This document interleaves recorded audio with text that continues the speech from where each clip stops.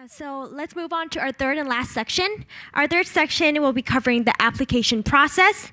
So PP, can you start us off? You have a very interesting story with both parents going to MIT. So I heard that they started thinking about preparing for your college applications quite early. Can you tell us when it was and how were they able to do it? I think I was introduced to that realm of college applications when I was in second grade or or third grade. I would say that for the most part I did not have a clue or they did not have a clue too. So up until probably 11th grade I didn't know what I had to do, the research, the extracurriculars, what the universities are looking for. My time frame's a bit messed up. So and then I had to cram a lot of my activities, my accomplishments, my awards into the space of 1.5 years. And had I been able to be able to turn back time, I would have spread my efforts more over the 4 years of high school. And I think that it's so important for the younger kids to learn about the college application process since middle school, so that they do not have to rush when they're in 10th or 11th grade, and they could just take a more manageable approach throughout high school. P. Fresh, how about you? What are some tips for the audience on how to secure great recommendations? Because I think you all also received really great recommendations from your teachers. Yeah, so recommendation letters are quite important. I think they're a really central part of the application process. So what I think you need to do is to build really authentic and special relationships with your teachers. And this goes more than just the teacher saying that you're a genius, you're incredible at school. It's more so the other side of that as well, such as your character, how you behave, your work ethic, and your perspectives on the world. Because teachers have been teaching for a long time. They've seen so many students pass through their classrooms. And if they think that you're that one student who will make a change in the world, they see something in you that's special, and they're able to advocate for you in that way, and they're able to tell the colleges about that, that's a really great way to prove to the colleges that you are special in an academic context. Because remember that university is a place where you go to learn, and teachers are the ones who see you learn. So they know you as a learner. So I think it's really important that they can say what makes you different. And I know my teachers have written borderline humorous things in my letter of recommendation, where they've talked about how I'm a class clown in the class and the things that I contribute outside of just answering the right questions and doing well on exams. So I think that's a really vital part of you, is building those relationships with teachers so that they can vouch for you in a way that is really special and unique to your specific relationship. How about on college essays? Do you have any advice for college essays? A lot, yes. So college essays are, of course, one of the most important things in the application process. And there are so many tips that I don't think I could fit into just a few minutes. But I think a very big thing to do in your college essay is really to do that almost philosophical kind of reflection on yourself about, what makes me me, what makes me different, what allows me to stand out, and just think on a very literal level, what makes me different. That could be your identity, your background, your experiences, your passion, vision, ideas. These are all things that characterize you as a person, as a student, as a citizen. These are things that you need to reflect on and draw upon to put into your essay. And telling it in a refreshing way, in a way where the admissions officers can learn about you and learn more about themselves as well, about the world and how it works. And I think I definitely am very proud of what I've done in my essays, because I think that I've captured some of those perspectives that I have that I'd like to share with other people and convince them that that is something worth pursuing and worth having in their college on campus. So I think that's one of the main takeaways I would give for writing the college essays. So like P. Fresh said, getting into college is not a formulated checklist. It's more about character. P. Schwinn, you have a very interesting story for your Common App that really reflected your character. So can you please share with us your approach to the essay? Oh, okay. So, all right. So my Common App was actually about my view on religion, which is actually a very personal view, how I started to develop a more open mind about it, more or less. And kind of combining that with, the environment that I grew up in, which is like smack in the middle of a red light district here in Bangkok, right? And so kind of reconciling those two parts of my background and like seeing how religion fits in and all that stuff. So that is actually in complete contrast to the other parts of my application, which were like STEM focused and maybe music focused in some areas. So I guess, yeah, it adds a really kind of new dimension to the profile, and yeah, that's kind of how you want to be creating your profile, really, is to have really multiple dimensions that are very interesting, some which are more impressive than others, but in general you want to have like a really good base and then a few spikes here and there. Yeah, that's kind of my take on it. Pete Titan, you also have very impressive world-class research. Did you have any recommendations from outside to back that up for you? Yes, I had my own professor write me a recommendation letter. He showed it to me too. He was really nice, and he wrote nice things about me. He knew exactly how hard I worked because I worked right beside him. He saw me come to Rayong every week, worked for at least 8 hours every day, had to walk 2 kilometers just to get to the lab every day, 5 days a week. And I think the important part is to make sure that your personality, your character is known to those who write your recommendation letter. I kind of made a mistake in selecting one of my teachers to write my recommendation letter. One of the teachers was fine. The other one did not know anything about what I did outside of class.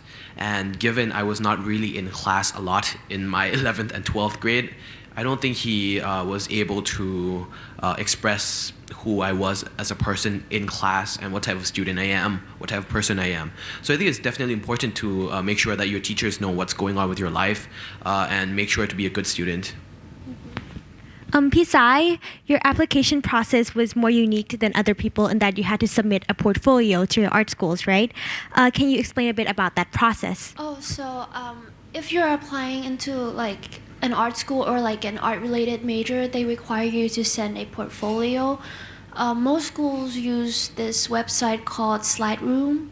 So yeah, the university will give you that link in their university website, so you can just go directly there and they'll tell you that each university is different, like how they want you to follow through Slideroom. If you're going in that path, the portfolio is really important, and whether you're like going into like performance art, digital art, like any kind of art, I think it's still good to have like a distribution and a variety of medias and concepts that you take. Not just like, oh, I'm gonna post all my beautiful, beautiful pictures. No, it's about like you as a person stepping a foot inside of every single field that you can possibly go into. Like you could do a work relating to language and science or history. Like yeah, so not just about like what you find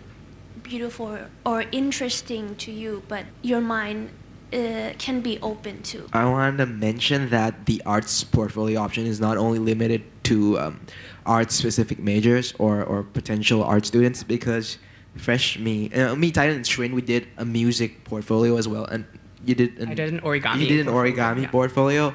So I think even though you're not majoring in art, even though you might have these skills, things you do to enjoy yourself, and it can really be an asset in your application.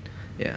Yeah, certainly. I think that especially the art you do is particularly special. So for me, like doing origami was something that I didn't know a lot of people did, and for me it was a special part of my application because I also combined it with like computer science and engineering, right? So I really wanted to show that I appreciated this as an art form as well. And like Bom said, you really don't have to be an art major to support an art supplement. Sometimes it can be a really great way to show your diverse interests. And I actually really enjoyed doing the art portfolio because it asked a lot of questions like, what does your art form mean to you and stuff like that, which I thought was a really interesting dimension you can add to your application to show that, again, you're versatile and three-dimensional. So P-Bomb, can you tell us a little bit about how many colleges you applied to, and what do you think about how some international schools are limiting the number to only 10? So I applied to around 15 to 17 colleges. I don't remember exactly how much, but I think the fact that schools are limiting the amount of colleges students can apply to is basically harming their own students because there are other schools that allow more than a certain limited number. So the schools are basically killing their own students by limiting the amount of schools that students are able to apply to. And I don't think that's a good decision in any way because they have nothing to lose by allowing more students to apply, I think. In addition, a lot of you guys have expressed to me that you would have stressed less or stressed more on certain things. Looking back, what advice would you have to our audience on how you would have diverted your time differently? You can start pretty fresh. Yeah, so time is such a hard thing to talk about because, people spend it differently. And I happen to have taken subjects where I felt like they were less memorization based and more kind of skill and like stuff that comes more naturally. So for me, I was able to spend less time on academics than a lot of my friends did who took stuff like history where you have to memorize loads of things. So it really depends on you. And there's no, I don't want to say like spend less on academics, spend more on academics. It really depends on you. But one thing that I would recommend is to always have a checkpoint each week. So every single week, just have like a short, like 10, 20-minute reflection and think about how your week has been. Have you not made much progress on your extracurriculars and writing those incredible essays? Because if that's the case, then for the next week, I need to spend more time on that. Or do you feel that I'm not quite happy with the score that I got on this exam because I didn't spend enough time studying. So the next week you'd want to improve on that. So I think naturally you have to be reflecting and perhaps reflecting with somebody else as well, somebody who has experience. It could be an older sibling, maybe your parents as well. And if your parents, encourage your children to tell you about their story and what they're up to, because these conversations really, really help you manage time in a way that is most beneficial for you. And talking to older people, they're so wise, and not everything they say is correct, but it's really worth listening to. And I enjoyed, talking to parents and stuff about how I should approach the application process, even though they didn't know so much about like applying to the US, but they knew a lot about like life in general. So it's nice to have those conversations. So what I need to stress more on my application.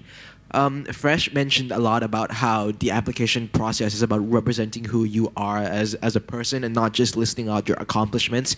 So one of the mistakes I made really in my early round was that in my Common App essay, which is the main essay you have to write in order to send to colleges, it has to be really personal because it's called the personal essay for a reason, right?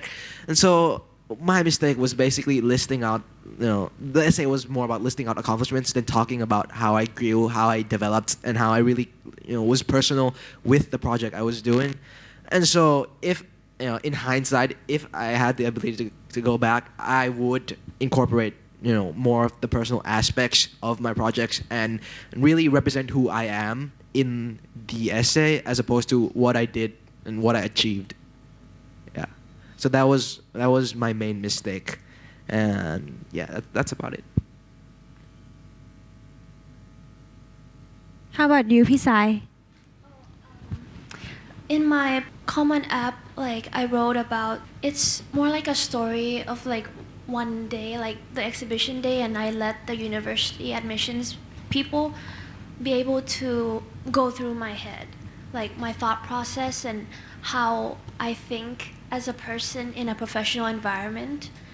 I think if you're able to get them inside your head, no matter what state you're in, to let them see how you think, how like your work ethic is, I think that's really really important, or how you discover new things, you learn new skills. Yeah. I think that if you manage to let them know, like what you said before, like that you're human and that you learn and that you're able to improve and progress, I think, about anything actually, I think that's really good. There are two things I regret. Number one is not taking good care of my grades. In ninth grade, first semester, I had a GPA of around 3.3, and that was kind of hard to come back from. And Yeah, I think if I had spent more time with my GPA, it would have been better. And if I had paid more attention to what I was passionate about and found what I actually liked early on in like ninth grade, 10th grade, I would have done so many more impactful works for the society. And the last thing that I'm regretful about is not really enjoying the time I spent in high school. I spent a lot of my time away from school conducting research, not with my friends. And with the COVID situation coming in and taking away half a semester of time with my friends, I think it's regrettable that I didn't really spend that much time thinking that I will spend time with my friends in 12th grade when I have more time after college applications. And yeah, as a philosopher once said, you can only understand life looking backwards, but you can only live it forward. So live like it's important every day, and yeah, you will have no regrets. Okay, I'm sorry, I just realized I didn't touch on the time management part. For time management, yeah, I did regret a lot of things, but for me, at the end of the day, it's about knowing that you've somehow, like, even if it's only a little bit, worked on what you're passionate about. Like, that could be a specific subject in school or like outside work. Yeah, I think just if you like keep that in mind, then you'll be happy. Yeah, so I think mine is almost the same as Titan's actually. Well, I think there's a saying that you can only pick 2 out of 3. Academics, social life, and sleep, right? I picked sleep and academics, so my social life just, tanked. So after, spending so much time, with my extracurriculars, my academics, leaving school, stuff like that, I didn't really get in touch with my friends, so we kind of all just lost touch, and after this COVID thing happened, like, that lost touch is like now completely gone. Like we're just, so social life is something that I think is quite important in high school. It's connections that, go on and persist throughout life. And yeah, I kind of regret not putting more care into them. I mean, like the other guys pretty much summed it up. So like, I think like my only take would be that it's okay to have fun. I mean, like every once in a while you can go out, party, drink, but like, it's like, you don't need to think that like just because like I'm a nerd, I'm an academic, I can't do those things. It's like it's perfectly fine to do those things. High school is probably going to be the most fun time of your life until you get into college.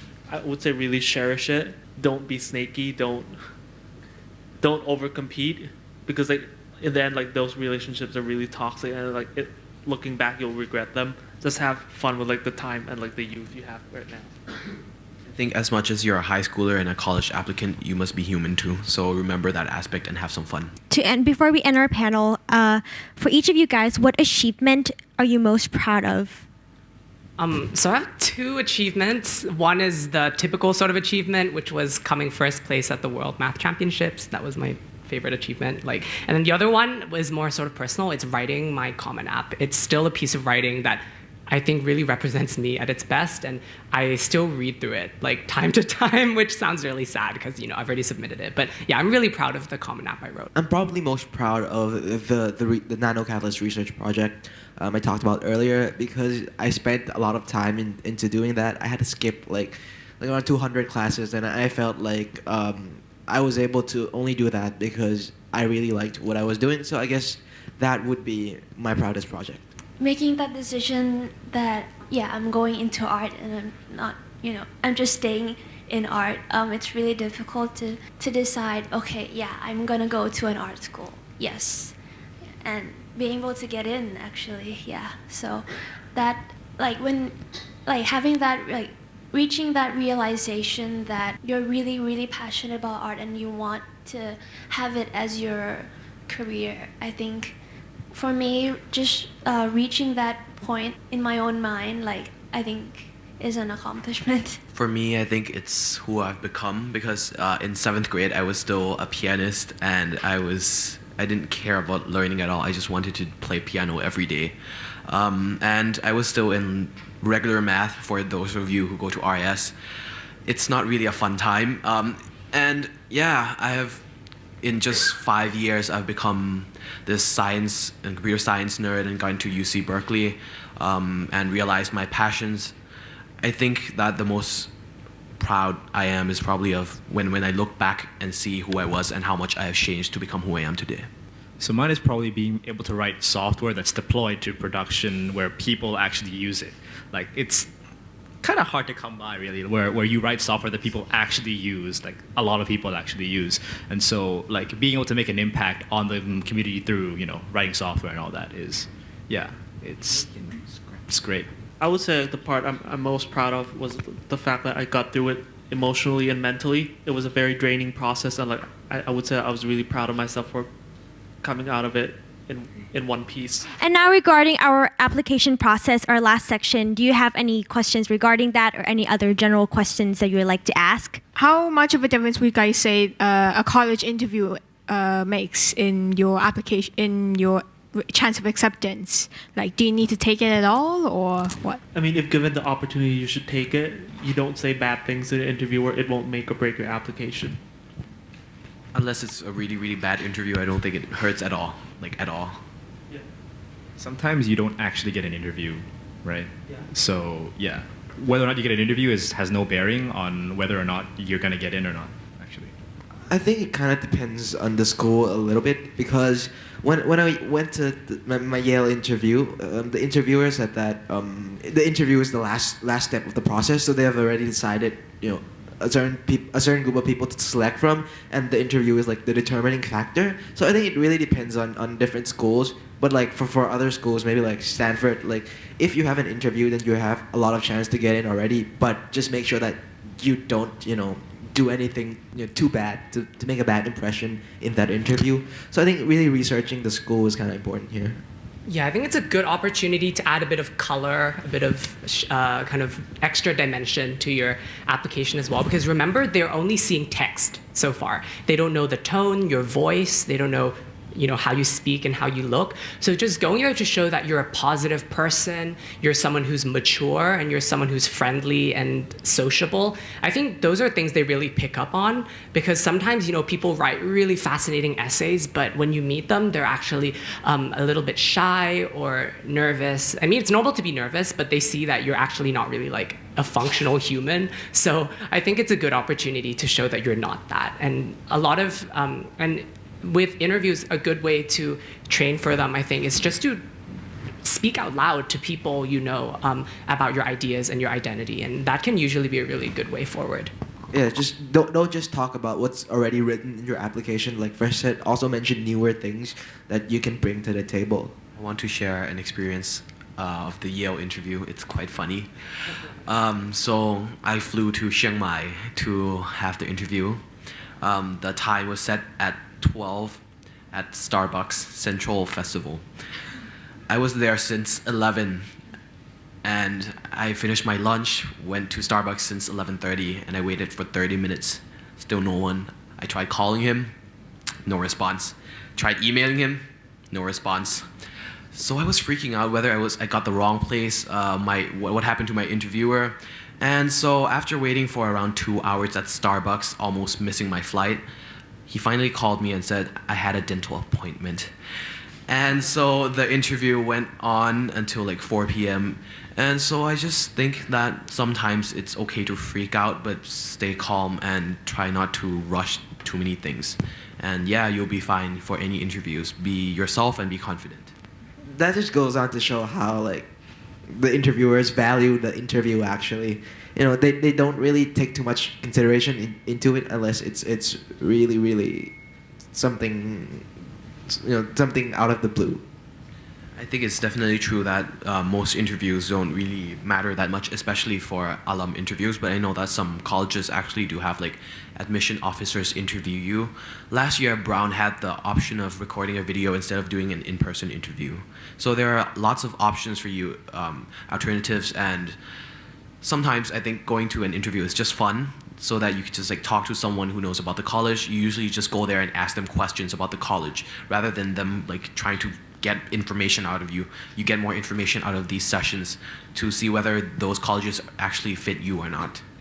Show that you love the college. When you go there, tell them about, what you like about this college. Show them that you've done the research and that you're knowledgeable on the college. So before any college interview, just make sure you know that school well, so that you can present to them that this is my dream school. This is not just a school that was on my list of schools, right? That it's really special to you. So definitely try to do that.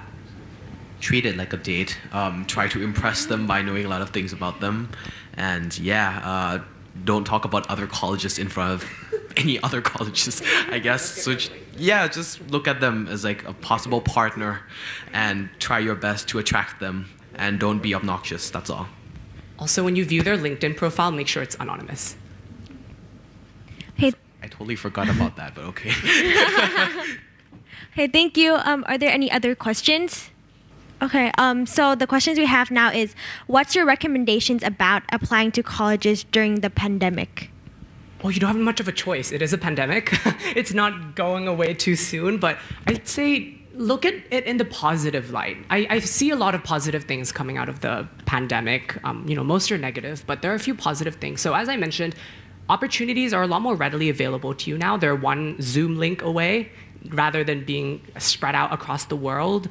People are more connected now, and the world is pretty much in a crisis right now. So there are so many problems that need to be solved. Go out there and solve those problems.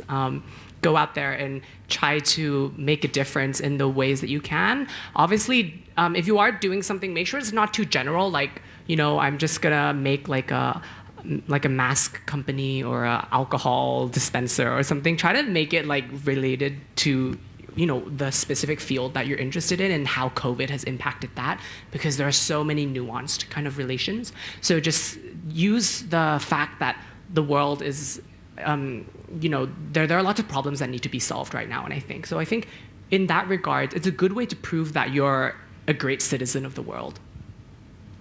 And like even if you're applying to college under these disadvantaged circumstances, like other people are also applying under the same circumstances. So you have to keep in mind that you're in the same boat as them, and whatever you do to advance your application, you have to try to be unique, like Fresh said, and try to link it to your personal interests rather than just doing something that everybody else would do. So really trying to find out those hidden things, those hidden aspects of, maybe it could be helping solve the COVID pandemic, but in a more innovative way, in a way that your personal interests are linked up, and that's going to be really important.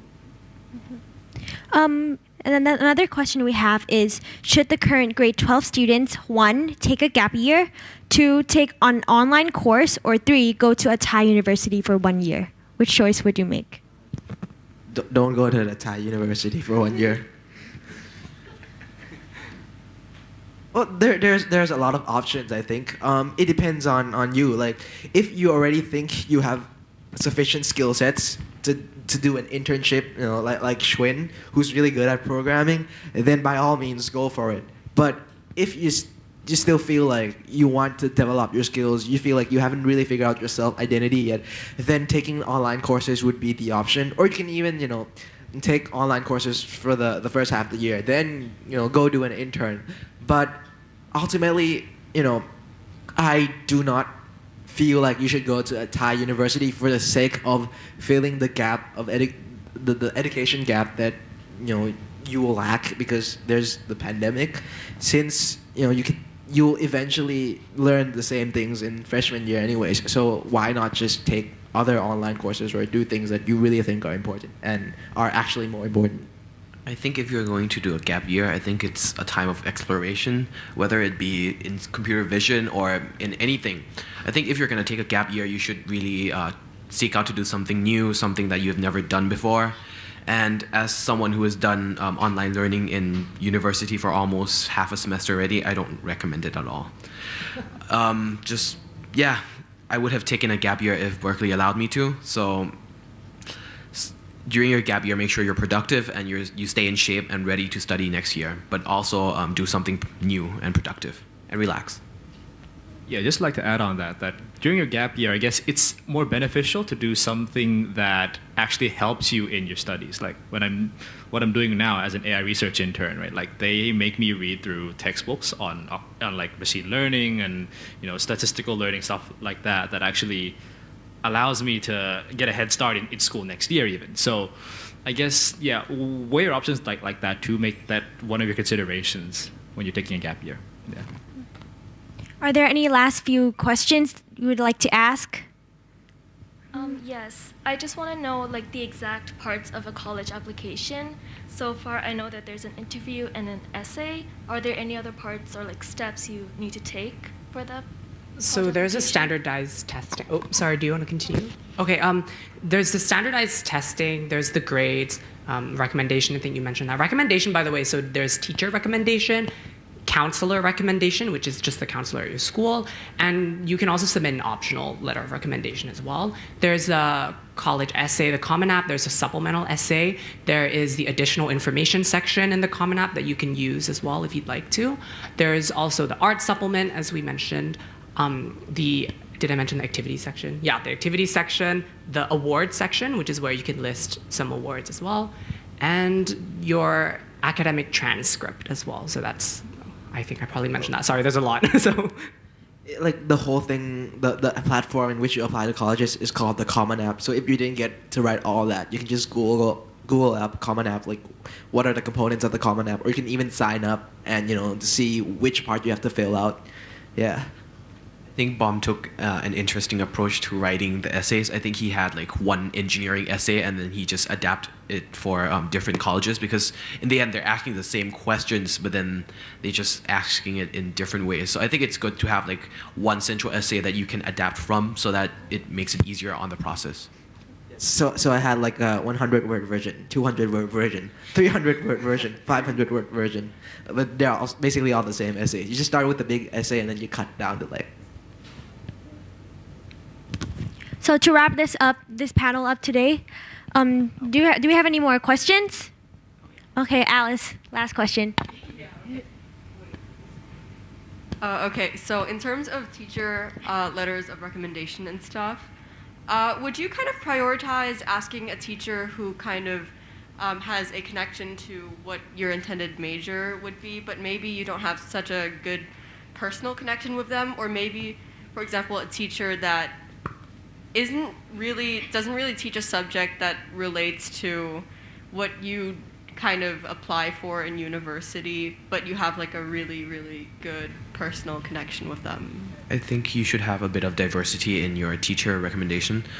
If you're going to into STEM, at least you must have one STEM-oriented teacher and one who is like more of like the social side, whether it be an English teacher or psychology teacher or anything. I think it's good to show that you're not only like STEM-oriented, but you can also do other things.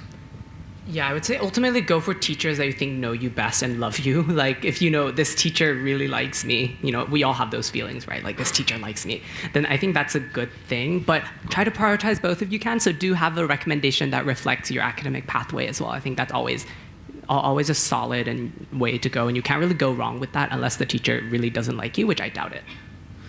I would say that like just go for the teacher that knows would write you a good letter of recommendation. But like the other important thing is that you know that they're a good writer, because sometimes teachers really like you, but they're pretty bad at writing, and they end up writing a pretty bad letter of recommendation. Another tip I would give would be to choose a teacher that you can kind of control what he or she puts in the letter of recommendation. I mean, like you could list out your accomplishments and like the things that like you would like to see them hopefully include in the letter of recommendation and give it to them. So in that way, you're kind of making sure that they're hitting the points you want them to hit. I actually did that for one of the teachers. Yes, I did, because he asked me for it. And so I also gave this exact same list to another teacher, and he never looked at it. He never even opened the document. So I think it's also important that you choose a teacher who actually cares about you and actually cares about where you get into college. So choose someone that gives like a damn about you. So what Peak and Titan said is actually extremely important. People overlook this a lot. So when you ask a teacher to write a recommendation letter, I don't know if this is the same for other schools, but at RS we have like a form we have to send to the teacher, and the form actually asks you a bunch of questions so that the teacher can write the letter of recommendation, alongside the form, since they might not remember everything about you. And you have to be sure to write like all the projects you've done and like the activities you've engaged in this form, because if you write your Common App, it's basically your word, and they have no validation for it. But the teachers kind of serve as a validation for your written application on the Common App. So like there are some things that might sound unrealistic for a high school student to do, and colleges sometimes don't believe that. But if you have your teachers as a source of validation, then that's going to really help colleges believe what you wrote, and it's going to increase your chances of admission. So now, do you guys have any other general advice that we would like to give to our audience? Or that would be a wrap for today? Okay, so our panel discussion has come to a conclusion, but we don't go anywhere just yet because there will be a breakout session where you will get to meet our panelists up close, and there will also be great prizes for audience participation. So as editor-in-chief of the union, I would like to express my deepest gratitude towards our panelists, our students and parents in the audience today, and the union staff. So the union is Thailand's first interscholastic student-run newspaper with chapters at RIS, NIS, and BPS, and we hope to have one in ICS and also KMIDS soon. And we're looking to expand to all other international schools. So if you're interested, please sign up at the union table next to our registration desk. So I would really like to thank our panelists, P. Bom, P. Titan, P. Schwinn, P. Peak, P. Sign, P. Fresh, for giving up your rare Sunday break. Please give them a round of applause. And we are all extremely lucky to hear from you for today. So we have prepared some small gifts that we'd like to give you guys. So we hope you guys will like it.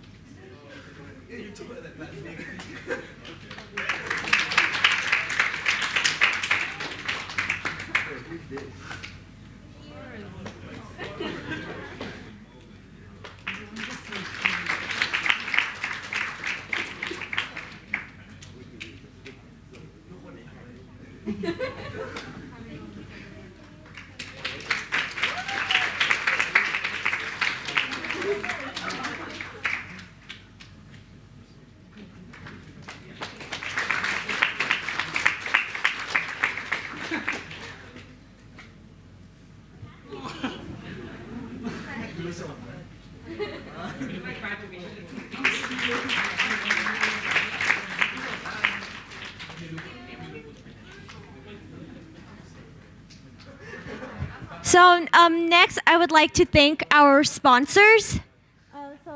Okay, let's take a photo first. Mine is so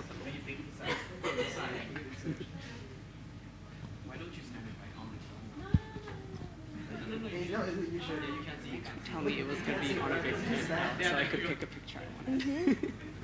This is art. Okay, 1, 2, 3. So most importantly, I would like to thank our sponsors, the Four Wings Hotel, who sponsored our venue today, MS Group, and the Omega Prep for their kindness and generosity in sponsoring our event today. So please give them a big round of applause and find out more about their great products and services they offer through our leaflet and the gifts that we provided for you today. And to thank our audience for coming, Omega Prep has also prepared some prizes for you guys. So in addition to the full day SAT mock test that all our participants will be given for free, and the coupon looks like this, it's included in your packet. Omega Prep will also be awarding 7 full-length SAT courses to audience members who actively participate during the breakout session. And our 6 panelists and the union will be choosing each one of the winners. So our panelists will, during the breakout session, each of one of us will be having this, which is a coupon for the SAT course. And whoever they feel like has done participation or they really feel like they are engaged, then they'll be handing this out, and you guys will be receiving a free SAT course from Omega Prep. And one of the prizes will be given out by the union. In addition to that, Omega Prep will also be giving out 7 personalized profile building workshops with former alumni interviewers of Cornell and Princeton. So this is a really great opportunity. So please scan the QR code on your coupons. The coupon is also included in the packet. It's this one. And the one that writes application strategy workshop. So if you would like to have a chance to win one of these prizes, please scan the QR code. And winners will be notified through email within 1 week.